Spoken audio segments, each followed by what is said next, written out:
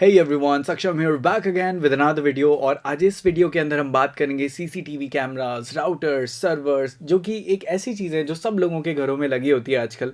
और वो किस एक्सटेंट तक वल्नरेबल हो सकती है और वो वल्नरेबल हो के किस मार्केट में कहाँ जा सकती है। बिकॉज सीसीटीवी कैमराज और ये जितनी भी चीज़ें हैं आईओटी से रिलेटेड, मैं फिर से वही बात कहूँगा इनके लिए कि ये यहाँ पे वल्नरेबिलिटी स्टार्ट होती है मिसकन्फिग्रेशन से या फिर डिफ़ॉल्ट क्रेडेंशियल्स चेंज ना करने से।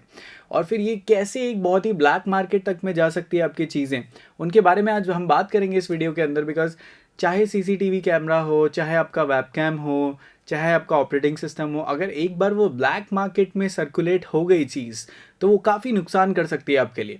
सो इन सब चीज़ों के बारे में बात करेंगे आज हम इस वीडियो के अंदर। But first let's roll the intro.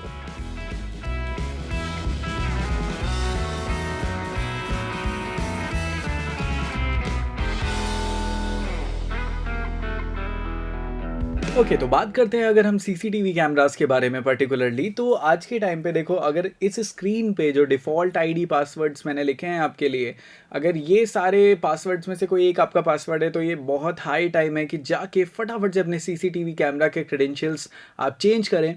Because ये बहुत ही कॉमन सी मिस्टेक मुझे देखने को मिलती है। जो लोग कंप्यूटर से रिलेटेड नहीं हैं उनसे अगर मैं पूछता हूँ कि आपके वाईफाई का पासवर्ड क्या है तो वो लोग फटाफट से बता देते हैं। बट अगर मैं उनसे पूछता हूँ कि आपके मॉडेम का पासवर्ड क्या है तो लोग यूजुअली इतनी जल्दी बता नहीं पाते अनटिल अनलेस वो कंप्यूटर से रिलेटेड वहाँ पे कोई पढ़ाई कर रहा हो या कोई वैसा स्टूडेंट हो वहाँ पे, या फिर कोई अच्छा क्यूरियस सा आदमी हो, तो बहुत रेयरली ही लोग बता पाते हैं वहाँ पे। वैसा ही होता है आजकल सीसीटीवी कैमरास के अंदर भी।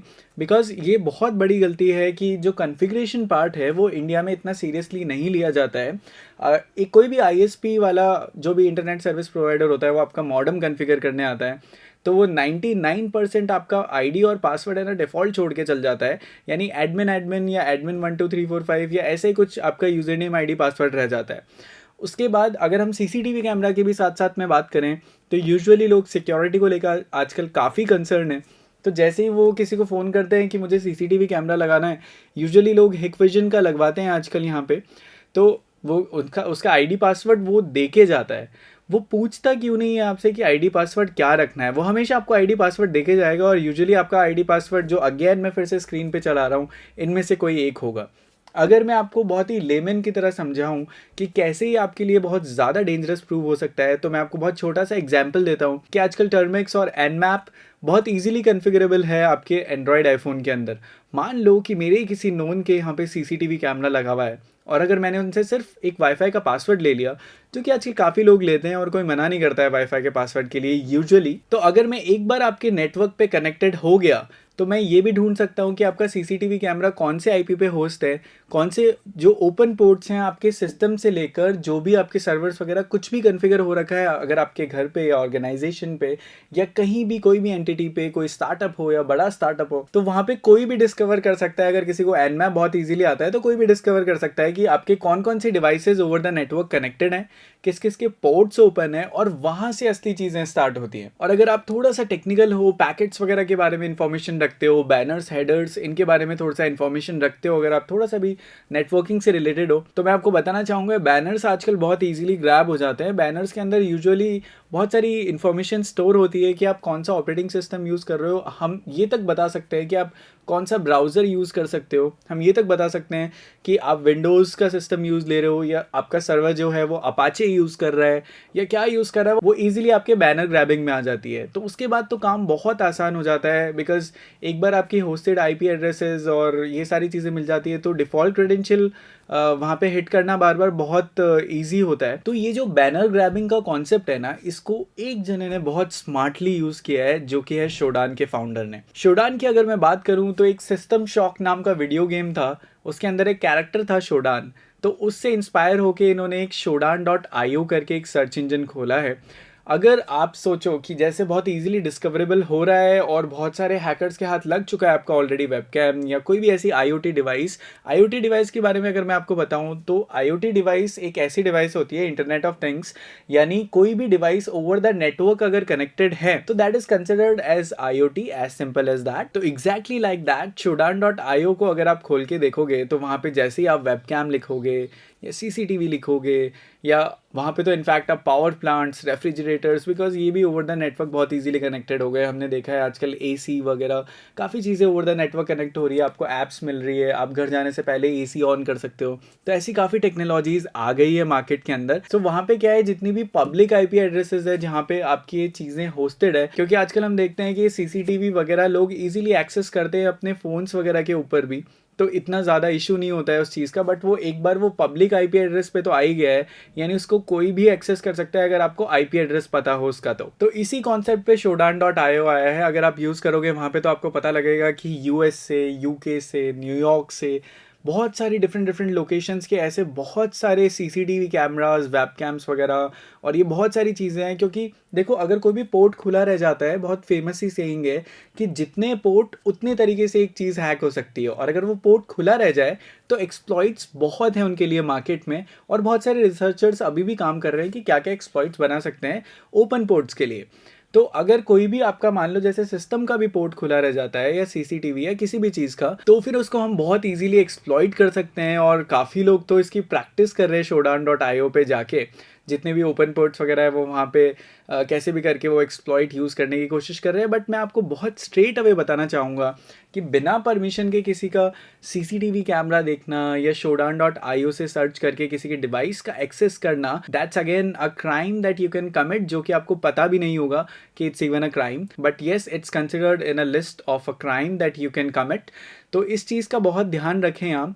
बट यूजुअली आजकल हैकर्स इतने स्मार्ट होते हैं कि उनको अनोनिमिटी से भी काफ़ी अच्छे से डील करना आता है। बट अगेन, मैं आपको यही बोलना चाहूँगा कि this is not a right practice, बल्कि शोडान हमें दे रहा है ऐसी काउंटलेस डिवाइसेस जो आप बस सिंगल क्लिक के अंदर एक्सेस कर सकते हो उनकी डिवाइसेस को। क्योंकि shodan.io पे बहुत सारी ऐसी डिवाइसेस हैं जो होस्टेड है ओपनली, जो आप जाके इजीली एक्सेस कर सकते हो। shodan.io गूगल से काफ़ी अलग सर्च इंजन है, बिकॉज shodan.io में क्या होता है कि वो डिवाइसेस के पोर्ट्स वगैरह ये सब स्कैन करता है, जैसा कि मैंने बताया आपको बैनर ग्रैबिंग से। बट गूगल होता है वो क्रॉल करता है सिर्फ वेब पेजेस से, और वहां से इन्फॉर्मेशन और अप्रोप्रिएट लिंक्स लेके आता है। तो ऐसे करके shodan.io भी आजकल मार्केट में काफी चल रहा है। अब ये तो रही बहुत सारी कॉमन चीजें। Inside the community of black hat hackers shodan.io लोग कैसे यूज कर रहे हैं उसके बारे में मैं आपको बताना चाहूंगा आज। और देखो, shodan.io पे बहुत सारे ऐसे सिस्टम्स हैं जिनके पोर्ट्स खुले रहते हैं। कोई अभी तक विंडोज 7 यूज कर रहा है, कोई विंडोज 8 यूज कर रहा है। इनके बहुत सारे एक्सप्लॉइट्स आज अवेलेबल हैं मार्केट में, और वो एक्सप्लॉइट्स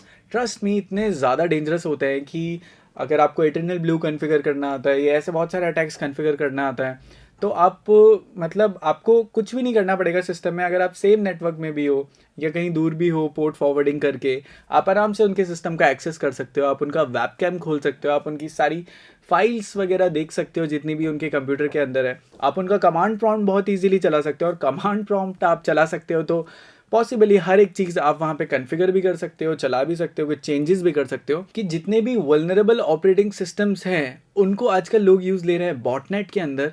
यानी अगर आपका सिस्टम वल्नरेबल है तो बहुत सारे ऐसे लोग हैं जो माइनिंग के लिए कब आपका वल्नरेबल सिस्टम का एक्सेस लेके और वहाँ पे बॉटनेट सेट कर देंगे कि आपको पता भी नहीं लगेगा। यानी ये एक और बहुत बड़ी चीज़ है जिससे अगर आपको कई बार नोटिस होता होगा कि मेरे कंप्यूटर का इंटरनेट का स्पीड काफ़ी धीरे आ रहा है, तो उनका दो ही रीज़न होता है, या तो आपके एडवेयर वगैरह डल गया है, या फिर किसी ने बॉटनेट अगर कॉन्फ़िगर कर गया है, तो फिर वो तो बहुत ही ज़्यादा फ़ायदा उठा गया आपका, ये मान लो। और shodan.io से ये एक बहुत डेंजरस चीज़ आज के मार्केट में हो रही है। तो मेक श्योर अगर आप ऐसी जगह पे कहीं क्रॉल करो, या ऐसे कहीं क्रॉल करने में किसी से भी आप मिलो, तो बहुत सोच समझ के उससे बात करो और बहुत सोच समझ के उसको अपनी इन्फॉर्मेशन दो। But again, lesson of this video is कि अगर आपके कहीं पे भी आसपास सीसीटीवी कैमरा या मॉडेम, राउटर्स कुछ भी कॉन्फ़िगर हो रखा है, तो make sure you change the default credentials of that. If you talk more about CCTV, there are 2 more ways to hack CCTV camera. एक तो होता है ब्रूट फोर्स। ब्रूट फोर्स के अंदर आपको गैस करना पड़ता है कि कितने लेंथ का पासवर्ड हो सकता है, शायद, बिकॉज गैस करने में ही बहुत टाइम लग जाता है। तो यूज़र नेम और पासवर्ड अगर हमने जैसे सेट कर दिया कि बहुत सारे लेटर से मिलके इसका यूज़र नेम बनाए और 5 डिजिट का है वो, तो फिर वो ब्रूट फोर्स अगर आप कर दोगे उसको तो अपने आप गैस कर लेता है उसका यूज़र नेम क्या है। वैसे ही वो पासवर्ड भी गैस कर लेता है easily, but again it's a very time consuming process. तो ब्रूट फोर्स लोग ज़्यादा मतलब मुझे इतना ज़्यादा काम का लगता नहीं है ब्रूट फोर्स सीसीटीवी कैमरा के लिए। तीसरा तरीका काफ़ी टाइम पहले आया था, एक बैकडोर निकला था जो कि हिकविजन अब फिक्स कर चुका है। तो वो एक तरीका था, बिकॉज यूजुअली फर्मवेयर के अंदर जाके भी आप काफ़ी चीज़ें चेक कर सकते हो, बहुत सारी चीज़ें ओपन रह जाती है, कई बार तो आपको पासवर्ड निकल जाता है पूरा का पूरा फर्मवेयर से इजीली हिकविजन के अंदर, तो जहाँ की मैंने भी बहुत सारे ऐसे डेमोन्स्ट्रेशन देखे हैं। और तीसरा तरीका होता है कि आपने यूजुअली नोटिस किया होगा कि जिन भी कंपनीज और ऑर्गेनाइजेशन की सिक्योरिटी ऑडिट हो रखी होती है, तो यूजुअली आपने देखा होगा कि सीसीटीवी कैमरास के जो वायर है ना, वो आपको दिखने नहीं देते। यूजुअली लोग उसको माउंट करवा देते हैं दीवार के अंदर ही, या उसको कैसे भी केस के अंदर कवर करते हैं। उसका रीज़न ये है कि अगर सीसीटीवी का जो मेन वायर होता है उस पर अगर आप काट के और मेल फीमेल वायर लगा दोगे तो आपको डायरेक्ट एक्सेस मिल जाएगा उस सीसीटीवी कैमरा का, आपको कुछ भी करने की ज़रूरत नहीं पड़ेगी। तो ये एक बहुत फेमस अटैक हुआ था उन लोगों के लिए जो सीसीटीवी कैमरा की वायरिंग खुली छोड़ देते हैं अपनी ऑर्गेनाइजेशंस में। तो that is like very easily achievable. आप किसी की भी, मतलब ऐसा हुआ है पास्ट केसेस में कि लोग छत पे जाके उनका वायर काट के और फटाफट से मेल फीमेल प्लग बहुत इजीली लग जाता है और उसको अपने कंप्यूटर के अंदर कनेक्ट करके और आप पूरे सीसीटीवी कैमरा का एक्सेस ले लोगे। तो आप जब भी अब नेक्स्ट ऑर्गेनाइजेशन में जाओ तो नोटिस करना उनके जो सीसीटीवी के वायर्स होते हैं वो काफ़ी कॉलेजेस में मैं भी विजिट करा है मैंने भी, तो वहाँ पे भी मैं अब नोटिस करता हूँ कि लोग काफ़ी अवेयर हो गए हैं। जो भी सीसीटीवी कैमरा के वायर्स होते हैं उनको एकदम क्लोज करके रखते हैं, या तो वो दीवार में माउंट करवा के रखते हैं, बहुत स्ट्रॉन्ग केसिंग के साथ रखते हैं। तो ये थे कुछ तरीके जिससे हो सकता है आपका सीसीटीवी कैमरा हैक हो सके। बट हाँ, ये तरीके अगर आप जानोगे तो उनके प्रिवेंशंस भी मैंने आपको साथ के साथ बता दिए हैं।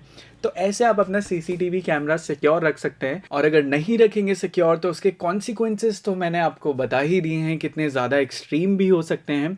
End of course CCTV camera अगर कोई हैक कर ले तो उसके कॉन्सिक्वेंसेस फॉर ऑब्वियस रीजन काफ़ी एक्सट्रीम ही होंगे। So that's it for today's video, and of course we are launching winter boot camps once again really soon, so make sure you stay tuned on my YouTube channel and on my Instagram. That's it for today. See you soon again tomorrow.